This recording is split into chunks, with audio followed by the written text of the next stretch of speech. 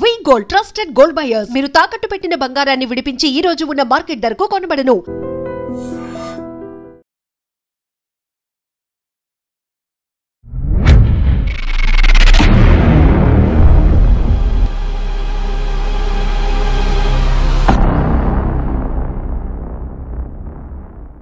చేవేళ్లలో లాంటి ఘటనలు ఇకపై జరగకుండా ఉండాలంటే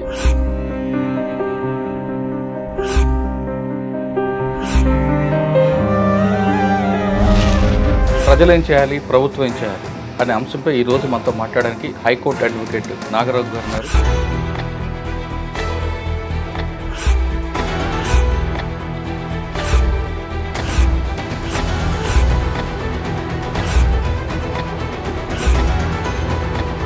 చేవేళ్ల సంఘటన, దీన్ని ఎవరిని తప్పుపట్టాలి, ఇకపై జరగకుండా ఉండాలంటే ప్రభుత్వం ఏం చేయాలి? అందరు ఏదో మాట్లాడటం, స్టెప్స్ తీసుకుంటాం అంటాం, చేస్తారు తప్పితే కోర్టులు సూమోటగా తీసుకొని ఫోకస్ చేసేవన్నీ అవన్నీ స్పర్ ఆఫ్ మూమెంటే సార్. మీకు చెప్పాను, రోడ్డు మీద గొంతు ఉంది, ఆ గొంతులో పడ్డా నాకేం కాకపోయినా బండికి డ్యామేజ్ అవుతుంది. అవును, ఆ డ్యామేజ్ నేను రికవర్ చేయాలంటే ఏం చేయాలి? ఖచ్చితంగా మనం వేయాల్సింది R&B వాడి మీద కేసు ఫైల్ చేయాలి. R&B కూడా కంప్లైంట్ ఇవ్వాలి, 2 వీలర్ అయినా. అంటే ఏ విధంగా వాళ్ళు పోలీస్ స్టేషన్కి వెళ్ళే ఇవ్వాలా, లేదా డైరెక్ట్ కోర్టులోనే కేసు వేయాలి? సార్ రాజ్యాంగం అన్నీ ఇచ్చింది సార్, హక్కులు బాధ్యతలు ఇచ్చింది. 3 years పనిష్మెంట్ ఉన్న కేసులు కూడా డిసైడ్ అవ్వడానికి 3 to 5 years. రోడ్ యాక్సిడెంట్ చేసి కన్నా చనిపోతే వాడికి 2 ఏళ్ల శిక్ష. అదే మనం ఎవరినైనా మర్డర్ చేస్తే లైఫ్ లాంగ్ శిక్ష. కొంతమంది 302ని 304 కూడా చేస్తారు కదా. 304 Part 2లో ఇంటెన్షన్. సార్ నేను ఒకటి అడుగుతాను మీ ద్వారా, పోలీస్ డిపార్ట్మెంట్, నాగాలాండ్, అరుణాచల్ తీసుకొచ్చిన బస్సులకి, మాడిఫికేషన్ బస్సులకి ఇన్సూరెన్స్ తక్కువ ఉంటుంది. కానీ ఇక్కడ ఆర్టీసీ బస్ యాక్సిడెంట్, మిగతా యాక్సిడెంట్ జరిగినప్పుడు irrespective of the nature of accident, bus కానీ ఏదో వెహికల్ యాక్సిడెంట్ అయింది రోడ్డు మీద, వెంటనే కొంతమంది అడ్వకేట్లకు చేరుకుంటారు. వాళ్ళతో బ్లాంక్ పేపర్ మీద సైన్ చేయించుకొని వాళ్ళ చేతిలో 5,000 పెట్టి వెళ్ళిపోతుంటారు. కొన్ని సందర్భాల్లో వెళ్ళి ట్రైనింగ్ కూడా ఇస్తారు. ఎవిడెన్స్ వచ్చినప్పుడు ఇలాంటి కేసులు ఏం చెప్పాలి, ఎలా చెప్పాలి. జ్యుడిషియల్ సిస్టంలో కేవలం ప్రొసీజర్ పనిష్మెంట్ మాత్రమే ఉంటుంది, ఫైనల్ పనిష్మెంట్ అనేది ఉండదు. ఎందుకంటే CRPCని ఏదో భారతీయ నాగరిక BNSS అని పెట్టారు, చాలా మందికి తెలియదు. చేవేళ్ల లాంటి సంఘటనలు జరుగుతూనే ఉంటాయి. కర్నూలు లాంటి బస్సులు తగ్గుతూ అవుతూనే ఉంటాయి. కానీ ఈ సందర్భంలో ఒక జడ్జిమెంట్ చెప్తాను, గుడ్ సమరిటన్ జడ్జిమెంట్ వచ్చింది.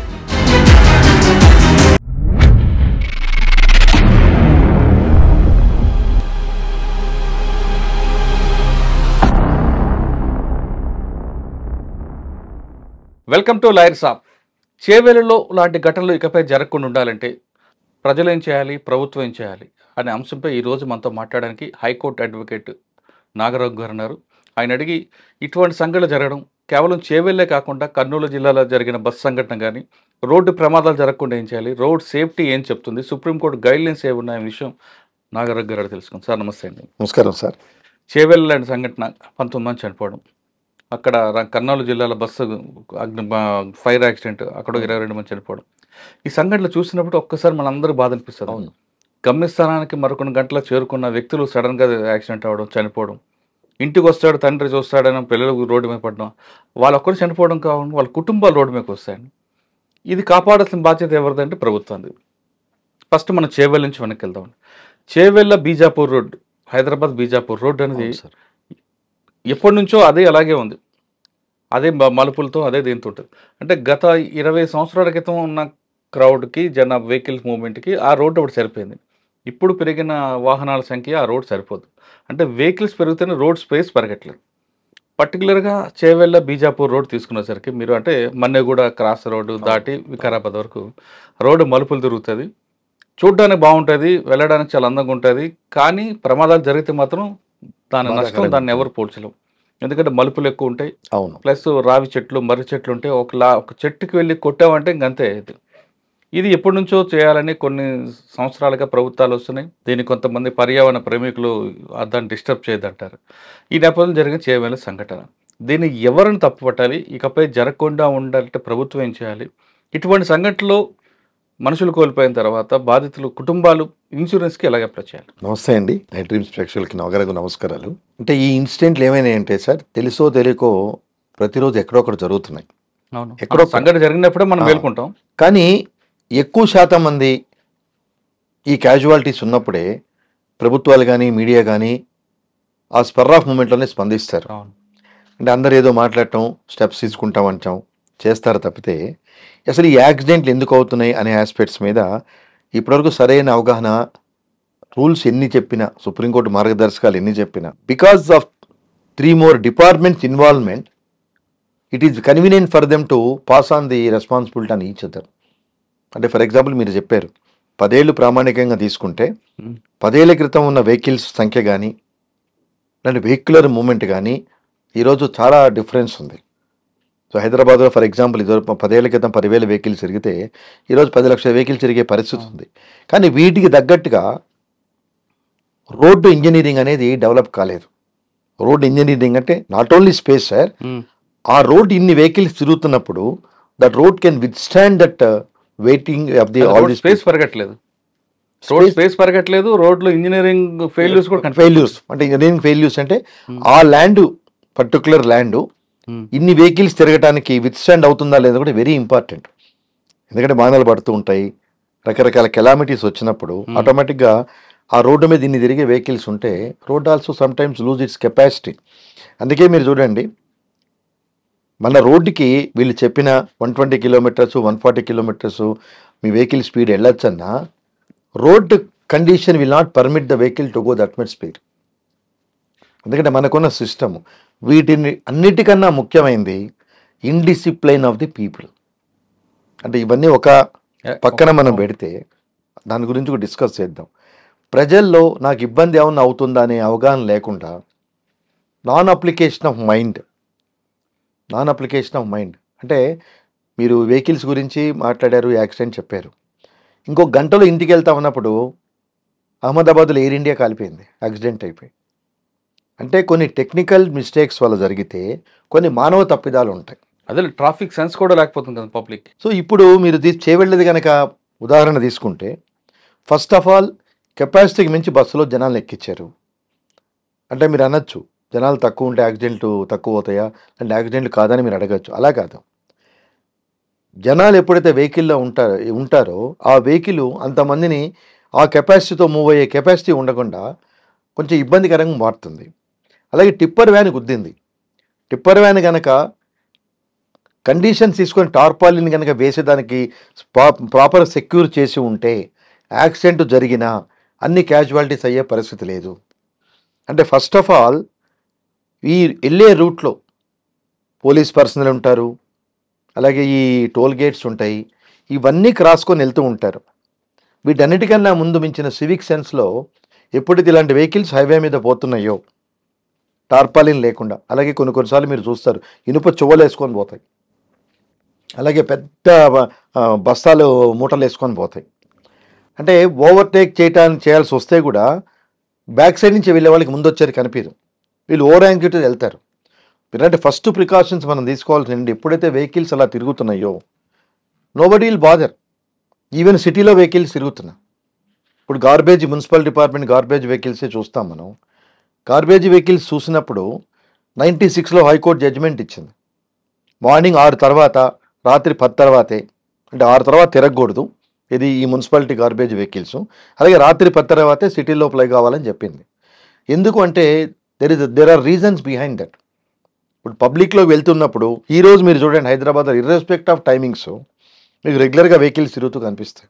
ఆ గార్బేజ్ వెహికల్స్ దానికి గాలి ఎగురుతూ ఉంటుంది, వెనకొచ్చే ట్రాఫిక్ క్లియర్స్ వాళ్ళందరూ ఇబ్బంది పడుతూ ఉంటారు, బట్ నోబడీ బాదర్స్. సో సిటీలోనే చూసుకుంటే ఈ పోలీస్ వాళ్ళు వీళ్ళందరూ గమనిస్తూనే ఉంటారు, కానీ అలాంటి వాటిని ఏం ప్రివెంట్ చేయరు. అంటే మనకి సివిక్ సెన్స్ లేదు.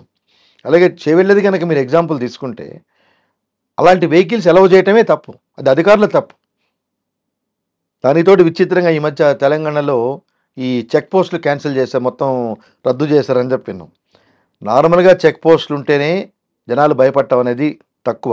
చెక్ పోస్టులు ఎత్తేస్తే దానికి వీళ్ళు ఇచ్చిన ఎక్స్క్యూజ్ ఏంటంటే అక్కడ కొంత కరప్షన్ పెరిగిపోయింది కాబట్టి తీసేసాం. అంటే ఇంట్లో ఎలుక దూరిందని ఇల్లు తగల వెంటట్టుంది. ద పర్పస్ ఆఫ్ చెక్ పోస్టులు టు కంట్రోల్ వేరియస్ ఫ్యాక్టర్స్. అంటే చెక్ పోస్ట్ వ్యవహారం కాస్త పక్కన పెడితే అంటే అది కరప్షనా లేదంటే చెక్ పోస్ట్ అని చెప్పింది మీకు ఎందుకంటే చెప్తున్నాను సార్, వెళ్తున్న నేచర్ ఆఫ్ వెహికల్స్ని ప్రివెంట్ చేయడానికి కూడా వాటిని వాడుకోవచ్చు అంటున్నారు. What I mean to say, ఇప్పుడు హైవే మీద వెళ్ళింది మీరు ఈ యాక్సిడెంట్ జరిగింది, టిప్పర్ వెహికల్ గుద్దింది. టిప్పర్ వెహికల్ ఏ కండిషన్స్ తీసుకోకుండా లోడ్ తీసుకెళ్తుంది. అదే కనుక ప్రాపర్ ప్రికాషన్స్ ఈ ఆఫీసర్స్ ఎవరైనా కనుక దాన్ని గమనించి ప్రివెంట్ చేసి ఉంటే అన్ని క్యాజువాలిటీస్ డెఫినెట్గా అయ్యేవి కాదు. ఓకే, కానీ ఇటువంటి విషయాల్లో కోర్టులు ఏం చెప్తుంటాయండి? ఇటువంటి సంఘటనల విషయం కోర్టులు స్పందిస్తుంటాయి కదా.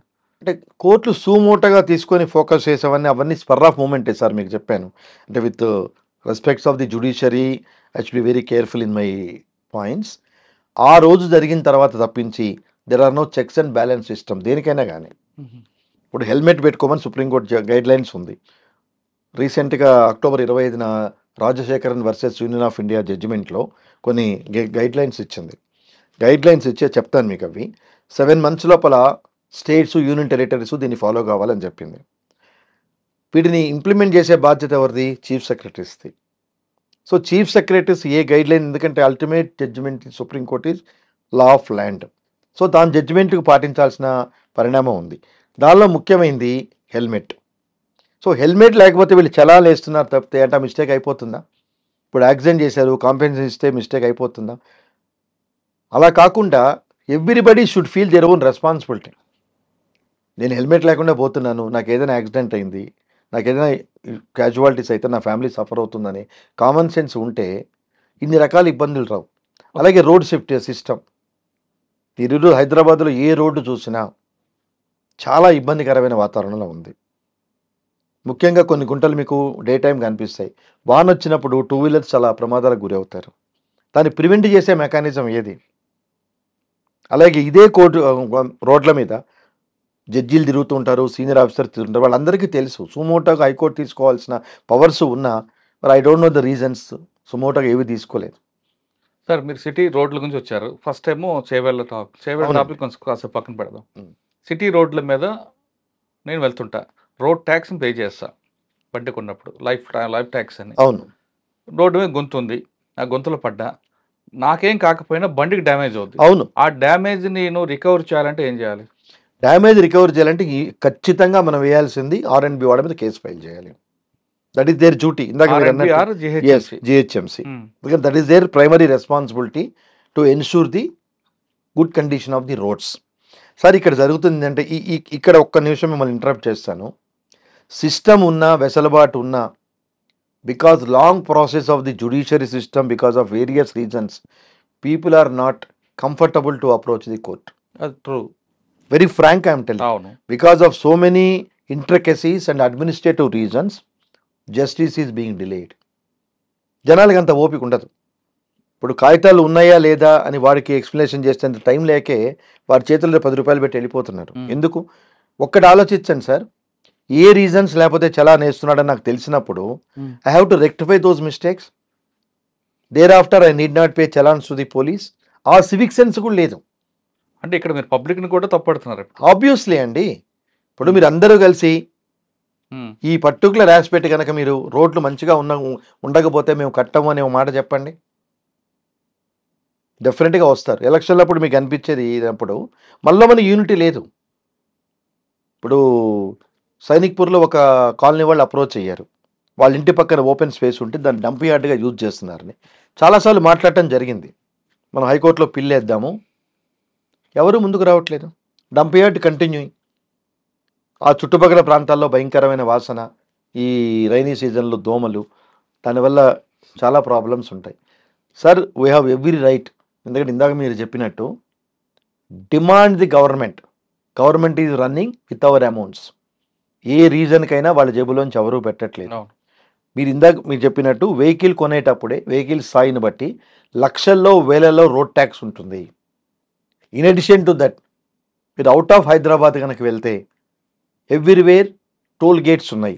The purpose of toll gate ఏంటంటే ఒక టోల్ గేట్ నుంచి ఇంకో టోల్ గేట్ వరకు ఆ రోడ్లు బాగు చేయాల్సిన బాధ్యత వాళ్ళకు ఉంది కాబట్టి వాళ్ళకి మనం కడుతున్నాం. ఎందుకంటే collective responsibility. Instead of burdening the government, we all are contributing to give to the government in turn to provide good facilities for travelling. ఇవేవీ లేదు. ఇప్పుడు ట్రావెల్ వాడిని మీరు ఈ టోల్ గేట్ ఎగ్జాంపుల్ తీసుకుంటే ఇలా వెళ్ళే వెహికల్స్ కంట్రోల్ చేసే అథారిటీ వాళ్ళకు ఉంది. ఇప్పుడు అలాగే డ్రంక్ అండ్ డ్రైవ్లో ఉన్న యాక్సిడెంట్ చాలా ఎక్కువ. సుప్రీంకోర్టు తీసుకున్న డేటాలో డ్రంక్ అండ్ డ్రైవ్ కేసులు చాలా ఎక్కువ. దానికి మినిమం రెస్పాన్సిబిలిటీ టోల్గేట్ దగ్గర ఒక పోలీస్ పార్టీ వీళ్ళని చెక్ చేస్తూనే కనుక ఇన్ఫర్మేషన్ పాస్ ఆన్ అయితే వీళ్ళు అవాయిడ్ చేస్తారు వెళ్ళటానికి. తాగినవాడు లారీలు నడపడానికి అవాయిడ్ చేస్తాడు. మనం ఓవరాల్గా చూస్తే హెవీ వెహికల్స్ యాక్సిడెంట్కి గురవుతాయి because of stress and strain. ఇప్పుడు మీరు చెప్తున్నట్లుగా R&B కూడా కంప్లైంట్ ఇవ్వాలి, 2 వీలర్ అయినా. అంటే ఎలా ఏ విధంగా వాళ్ళు పోలీస్ స్టేషన్కి వెళ్ళే ఇవ్వాలా, లేదా డైరెక్ట్ కోర్టులోనే కేసు వేయాలా? డిపార్ట్మెంట్కి ముందు నోటీస్ ఇవ్వండి సార్. బలాని చోట బలాని రోడ్డు బలాని గుంటలో నేను స్టక్ అయ్యాను, నా వెహికల్కి ఇంత డ్యామేజ్ అయింది. కోర్టుకి వెళ్ళాలా లేదా డైరెక్ట్గా? ఫస్ట్ సార్ ఎప్పుడైనా కానీ గవర్నమెంట్ మీద కేసు అయ్యాలి అంటే we have to issue notice to the government department. Local డిపార్ట్మెంట్కి నోటీస్ ఇవ్వాలి. కన్సర్న్ డిపార్ట్మెంట్ వాళ్ళు రెస్పాండ్ కాలేదనుకో, అప్పుడు ఆ సిచ్యువేషన్ బట్టి నార్మల్ కండిషన్లో నేను ఇచ్చే అడ్వైజ్ ప్రేక్షకులకి, మీ నోటీసులు కన్సర్న్ డిపార్ట్మెంట్కి ఇవ్వండి. ఇచ్చిన తర్వాత కనుక డిపార్ట్మెంట్ రియాక్ట్ కాకపోతే better approach the high court. High court decide. నువ్వు కన్జ్యూమర్ ఫారంకి వెళ్ళాలా, లేకపోతే సివిల్ సూట్ వేసుకొని డ్యామేజెస్ రికవర్ చేయాలా, లెట్ హైకోర్ట్ డిసైడ్. మీరు హైకోర్టు ఎందుకు అని మీరు అన్నారు, that is ultimate in the state. ఇప్పుడు మీరు కన్జ్యూమర్ ఫారంకి వెళ్ళారు, he takes its own sweet time. అదే ఒక హైకోర్టుకి వెళ్ళినప్పుడు లేదండి ఇది హైకోర్టు పరిధిలో రాదు మనకు తెలుసు, but it is like a reference from the superior court. మీరు కన్జ్యూమర్ ఫారంకి వెళ్ళండి, let the matter be decided within 6 months or 1 year అని చెప్పి లక్కీగా with great pleasure of judge గారు అన్నారు అనుకుందాం. It is blessing in disguise. కానీ మనకి అంత టైం లేదు, ఓపిక లేదు. మనం వాడికి వెళ్ళి మాట్లాడి కోర్టుకు వెళ్ళి కోర్టు మనం తిరగాలని మీరు అన్నట్లుగా 6 నెలల నుంచి సంవత్సరం పడుతుంది ఈజీగా. కానీ మాకు ఓపిక లేదు కాబట్టి మేము కంప్లైంట్ ఇవ్వం. అలాంటప్పుడు మీరు అనుభవించాలి అంతే. మిగతా దేశాల్లో they fight for their rights. Sir రాజ్యాంగం అన్నీ ఇచ్చింది సార్, హక్కులు బాధ్యతలు ఇచ్చింది, దాన్ని ఎవాల్యుయేట్ చేసుకోవాల్సిన బాధ్యత మంది. వీటిని సేఫ్ గార్డ్ చేయమని న్యాయస్థానాలు ఇచ్చింది. కానీ హక్కులు అడుగుతాం కానీ బాధ్యత గురించి మాట్లాడడం అదే మోస్ట్ అన్ఫార్చునేట్. యాటిట్యూడ్ చూడడం పబ్లిక్ ఉన్నారు అంటే సార్ సిస్టమ్ కూడా అలాగే ఉంది. ఇప్పుడు చిన్న ఎగ్జాంపుల్ చెప్తా సార్. 2000 అంటే కనీసం ఒక ఇంపార్టెంట్ కేసులు ఏదైనా యావరేజ్గా తీసుకుంటే, అంటే చిన్న కేసులు ఆఫ్ 498 చిన్న కేసులు క్షమించాలి, ఈరోజు అవి చాలా పెద్ద కేసులు కంట్రీలో. చిన్న కేసులు ఎందుకనంటే 3 ఏళ్ళ శిక్ష, అది ప్రూవ్ అయితే 3 years. 3 years పనిష్మెంట్ ఉన్న కేసులు కూడా డిసైడ్ అవ్వటానికి 3 to 5 years పడుతుంది, అది డిసైడ్ అవ్వటానికి. కాబట్టి జనాలు ఏమైపోయిందంటే ఈ సిస్టమ్ అంటే బికాస్ ఆఫ్ వేరియస్ రీజన్స్ మీరు కోర్టుని ప్రామాణికంగా తీసుకుంటే ఒక 50 వాయిదాలు కనుక జరిగినాయి అనుకుంటే కోర్టులో 30 వాయిదాలు జస్ట్ డేట్లే. అవును. To show our face judge will endorse your appearance, simply he will sir adjourn the matter. అంటే ఈరోజు మీరు కోర్ట్స్ కనుక ఎగ్జాంపుల్ హైదరాబాద్ కానీ ఎక్కడైనా తీసుకుంటే 12:30 వరకు లోయర్ కోర్ట్స్లో కాల్ వర్క్ అని నడుస్తుంది, మిగతా హాఫ్ డే ఏముంది సార్? అంటే ఇక్కడ పాపులేషన్కి తగినంత అడ్మినిస్ట్రేటివ్ సిస్టమ్ లేదు, అంటే జ్యుడిషియరీ సిస్టమ్ కానీ పోలీస్ సిస్టమ్ కానీ లేదు. దానివల్ల ఏమవుతాయి, automatically things become delayed. So ఈ రోడ్ యాక్సిడెంట్స్ అని మీరు ఇప్పుడు మాట్లాడుతున్నారు, ఎన్నో సంవత్సరాల క్రితం నుంచి ఇవన్నీ వస్తూనే ఉన్నాయి. కానీ ఇప్పుడు మీడియా అవేర్నెస్ వల్ల తొందరగా జనాలకు తెలుస్తున్నాయి. ఇది ఈ రోజు కొత్తగా జరిగింది కాదు సార్. 100 మంది జనాభా ఉన్నా దానికి తగ్గట్టు యాక్సిడెంట్ జరిగినాయి, 100 కోట్ల జనాభా ఉన్నా ఇప్పుడు జరిగే యాక్సిడెంట్లు ఇప్పుడు జరుగుతున్నాయి, ముందు కూడా జరుగుతాయి. అంటే ఎప్పుడైతే ఓనర్షిప్ ఎవరు తీసుకోరో, అంటే ఇది నా బాధ్యత, ఏదున్నా లేకపోతే నేను హెల్మెట్ వేసుకొని వెళ్ళాలి, నా బండికి అన్ని పర్టికులర్గా ఉండాలి అనేది తీసుకోనికుండా ఉంటారో దే హ్యావ్ టు ఫేస్. ఎందుకంటే ఇక్కడ మీరు గమనించాల్సింది ఒకటి సార్, రోడ్ యాక్సిడెంట్ చేసి కన్నా చనిపోతే వాడికి 2 ఏళ్ళ శిక్ష, అదే మనం ఎవరినైనా మర్డర్ చేస్తే లైఫ్ లాంగ్ శిక్ష, అల్టిమేట్ రిజల్ట్ ఈజ్ డెత్. కానీ ఇక్కడ చట్టం ఏం చెప్తుంది, ఇది యాక్సిడెంట్ అనేది వితౌట్ ఇంటెన్షన్, మర్డర్ అనేది విత్ ఇంటెన్షన్, మ్యాలిఫైడ్ ఇంటెన్షన్. కాబట్టి దాన్ని నాలెడ్జ్ విత్ మ్యాలిఫైడ్ ఇంటెన్షన్గా గుర్తించింది. అందుకే గతంలో చాలా సందర్భాల్లో మేము కొంతమంది 302ని 304 కూడా చేస్తారు కదండి. అదే చెప్తున్నా సార్, యాక్సిడెంట్ వేరు, ఇంటెన్షన్ వేరు, వితౌట్ ఇంటెన్షన్. కానీ ఆయన చంపాలి ఉంది, కానీ ఒకవేళ చంపితే 302 శిక్ష పడుతుంది కాబట్టి 304లో మార్చడానికి వాడికి కావాలి తెలివిగా వచ్చి కూడా గుద్ది 304 Part 2 అదే చెప్తున్నా సార్. 304 Part 2లో intention, that is important concept. ఆ 304 ఇప్పుడు నో ఎంట్రీ అని ఒక రోడ్డుకి బోర్డు ఉంది. ఆ రోడ్లో వెళ్ళి యాక్సిడెంట్ చేశారనుకోండి, this man knows is not suppose to enter in to the line, తెలుసు, ఈజ్ హ్యావింగ్ నాలెడ్జ్. సో వీడు 304A కింద రాడు, 304 Part 2 కింద వస్తాడు. Because is having knowledge as well as intention. ఏమవుతుందిలే ఉంటే ఏమైంది. సో రిస్ట్రిక్టెడ్ ఏరియాస్, అలాగే కొన్ని చోట్ల maintain speed only 20 km 40 km అంటారు. ఇవి ఎప్పుడైతే మనం పాటించామో ఆటోమేటిక్గా వస్తాయి. నేను ఒక పర్టికులర్ కేసులో తీసుకున్నాను. You are very busy in taking photographs rather than regulating the traffic vehicular movement అంటే అంతేనండి, మాకు చలాలు రావాలి. సార్ నేను ఒకటి అడుగుతాను మీ ద్వారా పోలీస్ డిపార్ట్మెంట్ని, కెమెరాలతో ఫోటో తీస్తున్నప్పుడు ఎథెంటిసిటీ దానికి ఏముంది? నిజంగా నువ్వు రోడ్ క్రాస్ అయ్యావా, సిగ్నల్ క్రాస్ అయ్యావా, who is supporting that particular aspect? కట్టేస్తున్నారు. మీరు చూసుకోండి, ప్రతి చర్యకి మీరు ఏం తీసుకోవాలో యూ హ్యావ్ టు అప్రూవ్. మీరు ఏ ఎక్స్ట్రా డెసిషన్ తీసుకోవాలో మీ మేనేజ్మెంట్ని అడగాలి. Without permission of your management you cannot do anything. కానీ ఈ చలాన్ విషయంలో మాత్రం వాళ్ళే మొనార్క్. కరెక్టే. ఇప్పుడు మీరు అన్నట్లుగా సబ్జెక్ట్ వచ్చింది మాట్లాడతా, నో పార్కింగ్ అని బోర్డు ఉంటుంది, అక్కడ బండి పెట్టామనుకోండి, ఫైన్ వేస్తారు. అసలు పార్కింగ్ ఎక్కడ అని చెప్పాడా? అదే దట్ వాట్ ఐఎమ్ సేయింగ్, ఇక్కడ పెట్టద్దు అంటాడు సార్. అదే క్వశ్చన్ ఎవరు వేస్తారు? 1000. నో పార్కింగ్ అన్నాడు కదా, 1000 రూపాయలు కడతాడు. లేకపోతే ఇంకా ఈ మధ్య కొత్తగా ఏం మొదలు పెట్టారు, చక్రాలకి లాక్ చేయటం మొదలు పెట్టారు. సో మన ఒక చోటు తెలియగలవాడు ఒకదానికి వేస్తే హ్యాపీగా వాడు వెనక బంపర్ ఉంటే ఈ వీల్ ఇప్పేసుకొని బంపర్ వేసుకొని వెళ్ళిపోయాడు. అందుకే ఈ మధ్య 2 చక్రాలకి వేస్తున్నారు.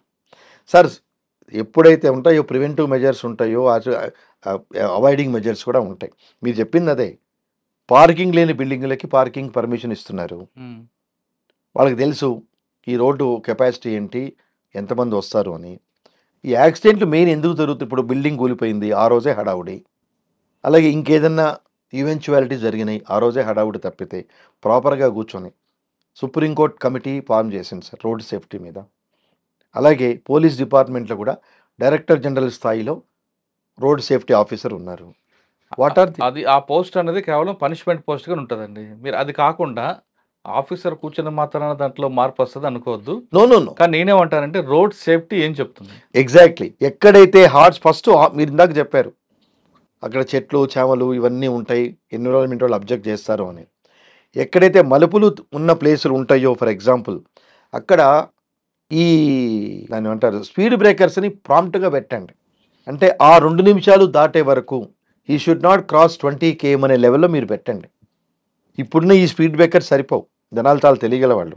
అలాగే మలుపులు ఉన్నాయి అన్నప్పుడు సైన్ బోర్డ్స్ ఎక్కడున్నాయి సార్? ఇప్పుడు రోడ్డు వేస్తున్నారు, నేను రెగ్యులర్గా హైదరాబాద్ విజయవాడ తిరుగుతా కాబట్టి చెప్తున్నా, నార్కేటిపల్లి ముందు రోడ్లు వేస్తున్నారు, అక్కడ ఎక్కడా సిగ్నల్స్ లేవు. తెలియని వాటిలో నేరుగా వెళ్ళిపోతే అక్కడ దాకా వెళ్ళిన తర్వాత డైవర్షన్ అనేది కనిపిస్తుంది, సిగ్నల్స్ ఏమీ లేవు. సో మెయిన్ ఆంధ్రాలో ఉన్నప్పుడు బ్లాక్ స్పాట్స్ గుర్తించారు. బ్లాక్ స్పాట్స్ హాట్ స్పాట్స్ ఏంటంటే ఎక్కడ యాక్సిడెంట్ జరిగే వీలు ఇందాక మీరు చెప్పారు మలుపులు ఉన్నాయి, అక్కడ జాగ్రత్తగా వెళ్ళాలి, అక్కడ స్పీడ్ బ్రేకర్స్ ఏవి. మీరు విజయవాడ ఎక్కువ తిరుగుతుంటారు కాబట్టి తెలంగాణ దాటిన తర్వాత ఆంధ్ర, అవును, కోదాడ దాటే తర్వాత ఎన్ని ఉంటాయండి బ్లాక్ స్పాట్స్? తెలియదు. నార్మల్గా చెప్పాలంటే చాలా ఉన్నాయి సార్. ఉన్నాయి. ఎందుకు ఉన్నాయి అంటే అదొక్కటే కాకుండా ఇంకేం మీరు లూప్ హోల్స్ గుర్తించారు? ఆ పర్టికులర్ ఆస్పెక్ట్ వచ్చినప్పుడు అప్రోచ్ రోడ్స్ ఉంటాయి. అప్రోచ్ రోడ్స్ నుంచి హైవే మీద వచ్చినప్పుడు చాలా ఈజీగా వచ్చేస్తాడు, మనం భయపడాలి, వాడు అసలు భయపడ్డావు. అలాగే left side right side approach నుంచి హైవే మీదకి వచ్చినప్పుడు అక్కడ స్పీడ్ బ్రేకర్స్ ఉండవు, వాడి పాటి కూడా వచ్చేస్తాడు. ఇంకా మీకు చెప్పాలంటే అదే రోడ్లో ఆటోలో ఒక 20 మందిని తీసుకొని పోతారు సార్, ఆపోజిట్ డైరెక్షన్ వస్తారు, ట్రాక్టర్లు వస్తాయి. ఎగ్జాక్ట్లీ. ఇప్పుడు మన కంట్రోల్లో ఉన్నవాడు మీకు చాలా చోట్ల చూస్తే వెహికల్స్ని తప్పించకపోయి జరిగిన యాక్సిడెంట్లే మీకు ఎక్కువ ఉన్నాయి. అంటే ఈ ఆపోజిట్ యాక్సిడెంట్ల కన్నా వెహికల్ మన జంతువుల్ని, ఈ బఫెలోస్ని కౌస్ని వీటిని తప్పించబోయి ఆ పర్టికులర్ మూమెంట్లో యాక్సిడెంట్ అయిన రోజులు చాలా ఉన్నాయి. ఆ స్పీడ్లో ఏమవుతుంది, మనుషులుంటే మనిషి మీద ఎక్కేయటము, లేకపోతే ఫుట్పాత్ మీద ఎక్కేయటం అవుతుంది. సో మెయిన్ గమనించండి సార్, బిట్వీన్ విజయవాడ అండ్ హైదరాబాద్లో మీరు అన్నట్టు కోదాడ దాటిన తర్వాత టోల్ గేట్ నుంచి ఎక్కడైనా చూస్తాయి, ఆ అప్రోచ్ రోడ్స్కి హైవే మీద కనెక్ట్ అవుతాయి, అక్కడ ఎక్కడ స్పీడ్ బ్రేకర్స్ ఉండవు, ఎవడు ఎటు నుంచి వస్తాడో మనకు అర్థం కాదు. అలాగే విజయవాడ టు వైజాగ్ కూడా చాలాసార్లు వెళ్ళాను, రెగ్యులర్గా వెళ్తుంటాను. అక్కడ ఎర్లియర్ గవర్నమెంట్లో బ్లాక్ స్పాట్స్ గుర్తించి అక్కడ ప్రాపర్ కేర్ తీసుకున్నారు. ఈరోజు సేవ చేయాలనే కాన్సెప్ట్ ఎక్కడుంది సార్? ఇప్పుడు మీకు ఇదే రోడ్లో బోల్డ్ గుంతలు కనిపిస్తున్నాయి సార్. రాజ్భవన్ ముందే వాన పడితే ట్రాఫిక్ జామ్ 2-3 అవర్స్ అయితే దాన్ని రెక్టిఫై చేయలేరు. రాజ్భవన్ ముందే ఇప్పుడు మన చేవెళ్ళ విషయం మనం వెనక్కి వెళ్దాం అంటే చేవెళ్ళ తప్పు ఎవరిది ఇన్వెస్టిగేషన్ జరుగుతుంది కాబట్టి పక్కన పెడదాం. ఇన్సూరెన్స్ మాట్లాడుతూ ఉంటాయి. ఇన్సూరెన్స్ బస్సులో చనిపోయిన వ్యక్తులకి ఆర్టీసీ బస్సులో చనిపోయిన వ్యక్తులకి ఇన్సూరెన్స్ వస్తుందా రాదా ఒకటి. 2 ప్రైవేట్ బస్సులు కర్నూలు విషయం తీసుకుంటే అందులో చనిపోయిన వ్యక్తులకి ఇన్సూరెన్స్ ఉంటుందా రాదా. అంటే ఇన్సూరెన్స్ అనేది మన స్టేట్లో కాకుండా నాగాల్యాండ్ అరుణాచల్ ప్రదేశ్ తీసుకొచ్చిన బస్సులకి మాడిఫికేషన్ బస్సులకి ఇన్సూరెన్స్ తక్కువ ఉంటుంది అంటారు. ఆ విధంగా అటువంటి బస్సులో చనిపోతే బాధిత కుటుంబాలు ఏం చేయాలి సార్? ఇది అల్టిమేట్గా responsibility lies on master servant. అంటే ఇతను driver on the instructions of his owner is running the vehicle, but ultimate responsibility lies on the owner only. So he cannot avoid the responsibility. ఇప్పుడు vehicle చిన్నదా పెద్దదా okay, that is the different aspect and it depends on case to case basis. ఎందుకంటే మీరు ఇందాక అడిగారు compensation కూడా third party insurance, అలాగే owner ఇచ్చే ఇన్సూరెన్స్ కంపెనీలు, ఈ ఇన్సూరెన్స్ కూడా మోస్ట్ అన్ఫార్చునేట్లీ ఎన్సిటీలో వేస్తారు. మోటార్ యాక్సిడెంట్స్ క్లైమ్స్ ట్రిబ్యునల్ అని ఉంది, దానికి డిస్ట్రిక్ట్ జడ్జి కేడర్ అతను జడ్జిగా ఉంటారు. అక్కడ క్లైమ్స్ అవార్డు చేయడానికే కనీసం 4-5 ఏళ్ళు పడుతుంది. అవార్డు చేసిన ఆపోజిట్ వాళ్ళు ఇవ్వడానికి ఇష్టపడక వాళ్ళు అప్పీల్కి వెళ్తున్నారు. ఆఫ్ కోర్స్ అప్పీల్కి వెళ్తున్నప్పుడు 50% డిపాజిట్ చేయండి, డిపాజిట్ చేసిన amount without furnishing any surety the victims can withdraw అని చెప్పని ఉంది. సో ఈ లైబిలిటీ మాస్టర్ సర్వెంట్ రిలేషన్షిప్లో ఉన్నప్పుడు బస్సు యాక్సిడెంట్ అయింది అంటే owner has to be liable, he has to pay the compensation to the victims. కానీ ఇక్కడ ఆర్టీసీ బస్ యాక్సిడెంట్ మిగతా యాక్సిడెంట్ జరిగినప్పుడు irrespective of the nature of accident, అంటే ప్రైవేట్ బస్ ఆర్టీ బస్సు లేకుండా గవర్నమెంట్ ఒక్కోసారి ప్రకటిస్తూ ఉంటుంది compensation, this much compensation we are going to give అని. సరే అది ఎంతవరకు వెళ్తుంది, వెళ్ళిందా లేదా, కరెక్ట్ పర్సన్ తీసుకున్నారా లేదా అనేది డిఫరెంట్ ఆస్పెక్ట్. ఫైనాన్షియల్ ఆస్పెక్ట్స్ ఎక్కడున్నా సార్ స్ట్రైట్ అవే వాళ్ళకి వెళ్ళే మెకానిజం లేదు. ఈచ్ అండ్ వేరు ఎక్కడైతే ఇంటర్ఫిరెన్స్ ఆఫ్ జ్యుడిషియరీ ద్వారా అనేవి జరుగుతాయో it takes lot of time. Okay, RTC బస్సులో అయితే గవర్నమెంట్ బస్సులో అయితే గవర్నమెంట్ బేర్ చేస్తుంది, కానీ ప్రైవేట్ బస్సులో ఆ బాడీ స్ట్రక్చర్ని మార్చి అంటే సీటు మీద సీటు అవి ఉన్న బస్సులకి ఇన్సూరెన్స్ తక్కువ వస్తుందని చెప్తుంటుంది గవర్నమెంట్.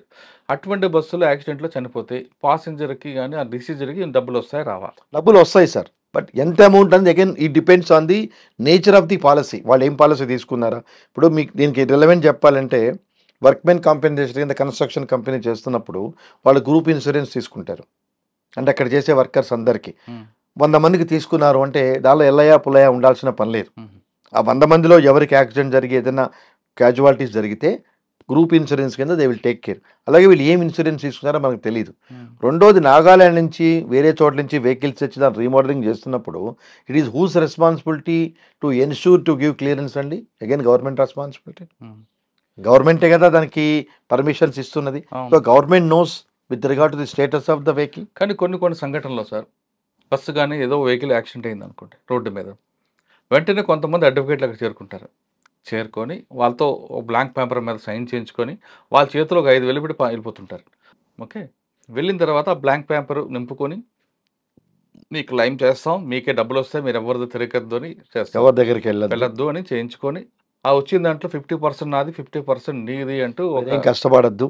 అవి దందాలు నడుస్తున్నాయి సార్, బట్ నేను వాటి జోలికి ఎప్పుడు నడుస్తున్నాను. అది కరెక్ట్ ప్రొసీజరా లేదు యాక్సిడెంట్ జరిగిన తర్వాత మనం వెళ్ళి ఇన్సూరెన్స్కి వెళ్ళి క్లెయిమ్ చేసుకోవడం కరెక్ట్ ప్రొసీజరా? సార్ ఇందాక మీకు ఆల్రెడీ మొదట్లో చెప్పాను, మనం తిరిగి చేసేంత ఓపిక లేదు కాబట్టి మన తరఫున ఎవడో చేస్తున్నాడు అంటే భారతదేశంలో మనకున్న మెంటాలిటీ ఏంటంటే డిపెండెన్సీ, మనం హ్యాపీగా ఉంటాం. మన పని వేరేవాడు చేస్తున్నాడు అంటే మనం చాలా హ్యాపీగా ఫీల్ అవుతాం. మీరు చెప్పిన అక్షరాల నిజం, this is on going practice. ఎక్కడైతే యాక్సిడెంట్ జరిగిందో నేను చాలా చోట్ల విన్నాను, మార్చూర్ దగ్గర ఉంటారు అడ్వకేట్లు, మార్చూర్ దగ్గర అడ్వకేట్లు ఉంటారు. సో ఇలాంటి హాస్పిటల్ రోడ్డు మీద సంతకం పెట్టించుకుంటారు, అదేంటండి అసలు అది ఆ కల్చర్ ఎక్కడ వచ్చింది ఇది? సార్ ఇప్పుడు నాకై నేను వెళ్ళి చేయాలన్నా నాకు అడ్వకేట్ కావాలి. Without advocate some times it is difficult to handle. ఇది డోర్ డెలివరీ సిస్టమ్. నేనేం కష్టపడకుండా డబ్బులు వస్తున్నాయిగా, అందరం బాగుపడుతున్నాం. ఇప్పుడు నేను వెళ్తే రకరకాలు అడుగుతారు. సో కొన్ని సందర్భాల్లో వెళ్ళి ట్రైనింగ్ కూడా ఇస్తారు. ఎవిడెన్స్ వచ్చినప్పుడు ఇలాంటి కేసులు ఏం చెప్పాలి, ఎలా చెప్పాలి అంటే ఇక్కడ మనకి కాంపెన్సేషన్ రావాలంటే మన ఎర్నింగ్ కెపాసిటీ ఎక్కువ చెప్తాం. మనం ఎవరికైనా ఇవ్వాలి అనుకుంటే మాత్రం మాకేం లేదండి అని చెప్తాం. అది సినారియో. సార్ ఇంత పెద్ద జనాభాలో ఉన్న అడ్మినిస్ట్రేటివ్ సిస్టమ్ వీటిని కంట్రోల్ చేయలేదు. ఎప్పుడే ఒకటే లా పనిష్మెంట్ సిస్టమ్ కనుక స్పీడీగా లేనంత వరకు everybody is taking ride on the each aspect. నేను ఏదైనా ఒక తప్పు చేయాలి అంటే అమ్మో 10 రోజుల్లో దొరికిపోతే నన్ను పనిష్ చేస్తారు అనే వాతావరణం రానంత వరకు మీరు ఎన్ని కమిటీలైనా వేయండి, ఎన్ని జడ్జిమెంట్లైనా రానివ్వండి, ఎన్ని మార్గదర్శకాలను ఇవ్వనివ్వండి, there is no use. Justice delivery system should be inaccurate within no time. అప్పుడే జనాలు భయపడతారు.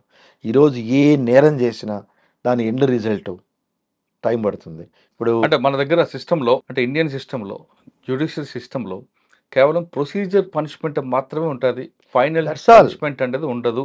ఎందుకంటే సిఆర్పిసిని ఏదో భారతీయ నాగరిక బిఎన్ఎస్ఎస్ అని పెట్టారు, ఇంకా చాలా మందికి తెలియదు. అంటే ఏం ప్రొసీజర్ లోనే మార్చలేదు. మనకి కనిపిస్తుంది, ఏం మార్చలేదు. కానీ ఫైనల్ జడ్జిమెంట్ ఏంటిది తెలియదు. It takes its own time. అవును, పబ్లిక్ ఏం తెలుస్తుంది అండి ఇంకా. అదే సార్, పబ్లిక్ తెలుసుకోవాలని ఆలోచన ఎక్కడుంది సార్? లేచినప్పటి నుంచి వాడి బతుకు తెరువు వాడు చూసుకోవడానికి పరిగెడతారు తప్పితే వాట్ ఈస్ ద నెసెసిటీ? ఇప్పుడు మీరు చూడండి 420 ఎగ్జాంపుల్ తీసుకుంటే చీటింగ్, మీరు 100 రూపాయలు తీసుకున్న 7 ఏళ్లే, 100 కోట్లు చేసిన 7 ఏళ్లే, 1000 కోట్లు చేసిన 7 ఏళ్లే. Enhancement you can depends. అంటే స్పెషల్ పర్మిషన్స్ ఏదైనా తీసుకొని ఇప్పుడు వెయ్యాలి తప్పితే, ఇప్పుడు బ్యాంకులు ఇంత లూటీ చేసి వెళ్ళిపోయారు ఫారెన్, హ్యాపీగా వెళ్ళిపోయారు. That is whose money? Public money. That's all. ఇప్పుడు మనం ఒక పెద్ద మనిషికి మనకు వచ్చాం, పెద్ద మనిషి ఉందిలేండి, మాకంటానికి 1000 కోట్ల రూపాయలు అతన్ని నలిఫై చేసేసింది గవర్నమెంట్. Under what circumstances?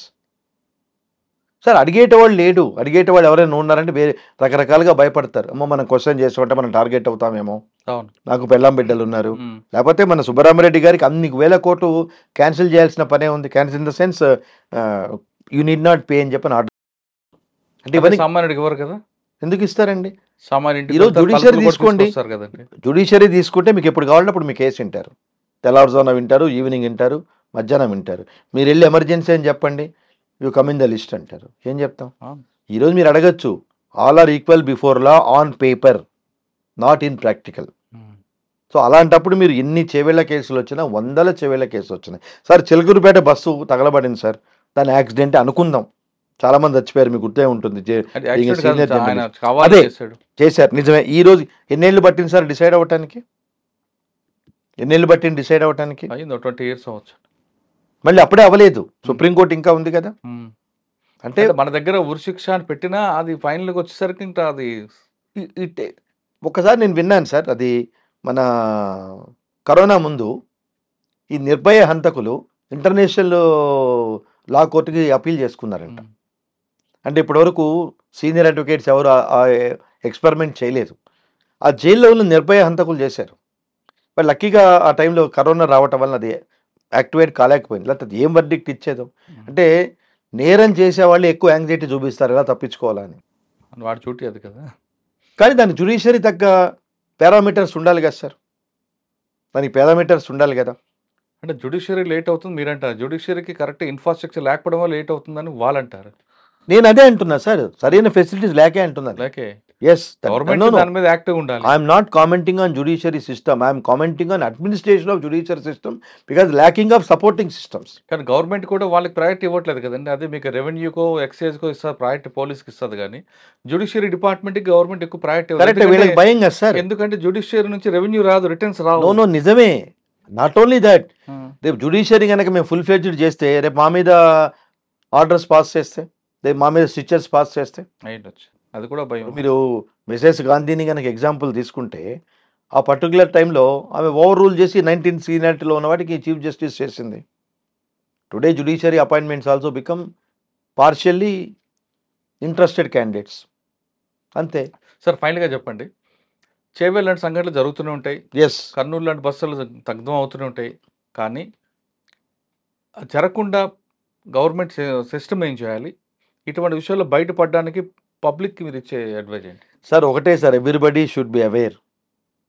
నేను బాగుండాలి అనుకుంటే వాడు బాగుంటాడు. మీరు ఈ సందర్భంలో ఒక జడ్జిమెంట్ చెప్తాను. గుడ్ సమరిటన్ జడ్జిమెంట్ వచ్చింది. గుడ్ సమరిటన్ జడ్జిమెంట్ ఏంటంటే, ఇదివరకు రోడ్డు యాక్సిడెంట్ జరిగితే నాకెందుకు వచ్చింది తలకాయ నొప్పి చూసుకుంటూ వెళ్ళిపోయేవాళ్ళు పట్టించుకోకుండా. తర్వాత సీరియస్నెస్ అర్థమైన తర్వాత జడ్జిమెంట్ ఇచ్చింది. బాబు నువ్వు ఏదైనా యాక్సిడెంట్ అయితే you take care that particular victim, నిన్ను పోలీసులు కానీ ఎవరు కానీ ఏ సిస్టమ్ కానీ నేను ఇబ్బంది పట్టదు అని చెప్పుకుంటూ వచ్చింది. ఇలా ప్రతి ఒక్కటి చేయడానికి మారదా అని అనట్లేదు సార్, ఇట్ టేక్స్ టైం. ఇప్పుడు ఈ రోజున మీకున్న టెక్నాలజీ అవేర్నెస్ పెరిగినందువల్ల యాక్సిడెంట్ అయితే మీరే చెప్పక్కర్లా, మీరు ఎవరికైనా మీ ఫోన్ నుంచి నీ దగ్గర యాక్సిడెంట్ అయిందని చెప్పినా immediately they are attending. So ఈ సిస్టమ్ రావడానికి ఎన్నేళ్ళు పట్టింది ఈ సిస్టమ్ రావడానికి. అలాగే మీరు ప్రజలకు ఇచ్చే సూచనలు అంటే ఏమీ లేదు సార్, మనం తిరుగుతున్న రోడ్లోనే let us follow the rules and regulations of traffic sense. Short కట్లో వెళ్ళిపోదాం అనుకుంటే మీరు ఎదురొస్తారని అనుకోకుండా నేను ఫాస్ట్గా వచ్చేస్తాను, it is whose mistake? So అతను ఎవరు గమనించాడు. అలాగే ఈ హైవే వెహికల్స్ చాలా డాజిల్ లైట్స్ పెడుతున్నది, ఇవి చేస్తున్నాయి. సుప్రీంకోర్టు మార్గదర్శనం ఇచ్చిన మీరు రాజశేఖరన్ జడ్జిమెంట్కి ప్రయారిటీ ఇవ్వండి, మీకు వస్తాయి దానిలో గైడ్ లైన్స్. హెల్మెట్ వాడండి, హార్న్ సౌండింగ్ సిస్టమ్. అలాగే కొన్ని సౌండ్స్ చేసినప్పుడు హైవేలో మనకు కొంచెం భయం వేస్తాయి, అంటే ఆ సౌండ్కి వింటే వాళ్ళు చాలా విచిత్రంగా వాళ్ళు సౌండ్స్ చేస్తున్నప్పుడు లైట్స్ సౌండ్స్ అన్నారు కదా, ఇంతకుముందు హెడ్ లైట్స్ కి ఆఫ్ బ్లాక్ ఉండేది పెట్టేది. అవును, ఆ లైట్ కరెక్ట్ కింద రోడ్డు మీద వచ్చేది Correct. కనబడేది. ఇప్పుడు తీయడం వల్ల తీసేశారు. ఎవరికి నష్టం అండి? మనకే నష్టం. ఎందుకు తీయించారు అసలు అది? ఏమో అందరూ అలౌట్ పడ్డారు, ఎందుకు దించగా సార్? ఒకటే సార్, సిస్టమ్ కాదు. ఈ కాలికి ఒక ప్యాంట్ ఒక కలర్, ఈ ప్యాంట్ ఒక కలర్ వేసుకుంటే ఎవడేసేది కానీ అది ఫ్యాషన్ అయిపోతుంది. దాని సిస్టమ్ అనే ఏం లేదు. ఈరోజు మీరు చెప్పింది కరెక్టే, ఆఫ్ బ్లాక్ లేకపోతే కూడా చలాన్స్ వేసేవారు. అవును, వాస్తవంగా మనకి కళ్ళు మీద పడకుండా రోడ్డు మీద వచ్చేది లైట్. అది దాని పర్పస్ అది కదండి. ఇప్పుడు వచ్చే వైట్ లైట్స్ వల్ల డైరెక్ట్గా డాజిలింగ్ అయిపోయి మన కళ్ళలో పడతాయి. దీనివల్ల ఏమవుతుంది, మీరు హైవే మీద నడిపేటప్పుడు వస్తున్న వెహికల్స్ కూడా డే టైం కూడా లైట్లు వేస్తున్నాడు. అవును, సిస్టమ్ ఏమీ లేదు sir. A incident, not only accidents, even rape కేసులు కానివ్వండి, చీటింగ్ కేసులు కానివ్వండి, ఏ ఉన్నా as long as people are taking as a right of granting we will be in problems. ఇన్ని ఫైనాన్షియల్ కంపెనీలు, ఇన్ని రియల్ ఎస్టేట్లు మనల్ని మోసం చేస్తున్నా, మళ్ళీ రేపు కొత్త కంపెనీ వచ్చింది అంటే వీళ్ళందరూ పోలోమని పరిగెడతారు, బ్యాక్గ్రౌండ్ మర్చిపోయి. ఫస్ట్ వచ్చిన 10 మందికి కన్సెషన్ ఇస్తాను అని చెప్పంటే వెళ్ళి 1 గంటకే అక్కడ పడుకుంటాడు. అంతేగాని మన అట్లాగే బలాని కంపెనీ వాడు చెప్పాడు, వాడు మన చూడు మర్చిపోతారు. ఇది చాలా గొప్ప విషయం. మన భారత ప్రజలకి మరుపు అనేది ఒక వరం. ఆ వరం కొంతమందికి అడ్వాంటేజ్ అవుతుంది, కొంతమంది వెరమైంది, కొంతమందికి ఇది ప్రాబ్లం అవుతుంది. సో చేవెళ్ళ మీద వెళ్తున్నారు అంటే టిప్పర్ వెహికల్ ఎవ్వరు ఎందుకు ప్రొహిబిట్ చేయలేకపోయారు. కాబట్టి ఒకటే మీ ద్వారా చెప్పేది, అట్లీస్ట్ టోల్ గేట్లో అయినా you deploy police personnel to check the vehicles, at least కొంత అవుతుంది. లేకపోతే ఆ కన్సర్న్ టోల్ గేట్ వాడైనా అబ్జెక్ట్ చేయమని చెప్పండి టాప్లెస్ వెహికల్స్ని. ఒక 5-6 ఇయర్స్ బ్యాక్ నెల్లూరు వెళ్ళేటప్పుడు కొవ్వూరు దగ్గర ముందు గ్రెనేట్ లారీ వెళ్తుంది, దానికి టాప్ సెక్యూరిటీ ఏం లేదు, వెనక కార్ వెళ్తుంది. ఆ స్పీడ్ బ్రేకర్కి ఆ టిప్పర్ రాయి కారు మీద పడి 4 డాక్టర్స్ అని పేరు, మెడికల్ స్టూడెంట్స్. Who's responsibility? అంటే అదే చెప్తున్నా, మన కళ్ళ ముందే జరుగుతున్నా మన వరకు సేఫ్. అలాగే మీరు రోడ్డు మీద చూడండి, సిగ్నల్ పడ్డప్పుడు ఆ కొంచెం దూరంలో దూరం వెళ్ళిపోవడానికి ప్రయత్నిస్తాడు, 2 నిమిషాలు ఆగలేడు, హార్న్ కొడుతూ ఉంటాడు, 2 నిమిషాలు ఆగలేడు, ఏదో కొంపలంటికి పోతున్నట్టు ఆ మధ్యలో దూరి ఆ మధ్యకు ముందుకు వచ్చినప్పుడు ఈ ఆగు కారు ఉన్నవాడు కొంచెం ముందుకు వచ్చారనుకోండి, అతను ఇబ్బంది పడతాడు కదా. అది కూడా గమనించరు. అంటే ప్రజల్లో సివిక్ సెన్స్ రానంత వరకు ఎన్ని చట్టాలు వచ్చినా, ఎన్ని తీర్పులు వచ్చినా ఏమీ వర్కౌట్ కావు. అది చేబేల్ లాంటి సంఘటనలు కానీ, కర్నూలు లాంటి సంఘటనలు మరొకసారి జరగకుండా ఉండాలంటే, జరిగినా జరగచ్చు కానీ జరగకుండా ఉండాలంటే ప్రజల్లో మార్పు రావాలంటున్నారు రఘు గారు. ఆయన చెప్తున్నట్లుగా ప్రజల్లో సివిక్ సెన్స్ పెరగాలి, ఇది నాది కాదు మనది అనే భావన రావాలి, ఇది పోలీసుల కోసం కాదు నా కోసం అనే భావన వచ్చినప్పుడు ఖచ్చితంగా మార్పు వస్తుందంటూ అని చెప్తున్నారు. అంతేకాకుండా యాక్సిడెంట్ జరిగినప్పుడు ఖచ్చితంగా ముందు మీరు అడ్వకేట్ పెట్టుకొని ప్రశ్నించండి. ఒకవేళ రోడ్డు ప్రమాదాల్లో జరిగిన మీ బండి మీకు కాకపోయినా వెహికల్కి రిపేర్ వచ్చినా ఖచ్చితంగా సంబంధిత అధికారులకు నోటీస్ ఇవ్వండి, తర్వాత కోర్టుకి వెళ్ళండి. అప్పుడే ఆ ప్రశ్నించే తత్వం వచ్చినప్పుడు ఖచ్చితంగా సిస్టంలో మార్పు వస్తుందంటూ రఘు గారు చెప్తున్నారు. ఇది చేవెళ్ళని సంఘటనలు, కర్నూలు ఘటనలు జరిగిపోయి రోడ్ సేఫ్టీ ఏం చెప్తుంది, మనం చేయాల్సిందే విషయంపై రఘు గారితో ఎక్స్ప్లెయిన్ చేశారు. వచ్చే వారం మరో గెస్ట్తో మళ్ళీ కలుద్దాం. అంతవరకు నమస్తే, థ్యాంక్ యూ అండి. నమస్తే.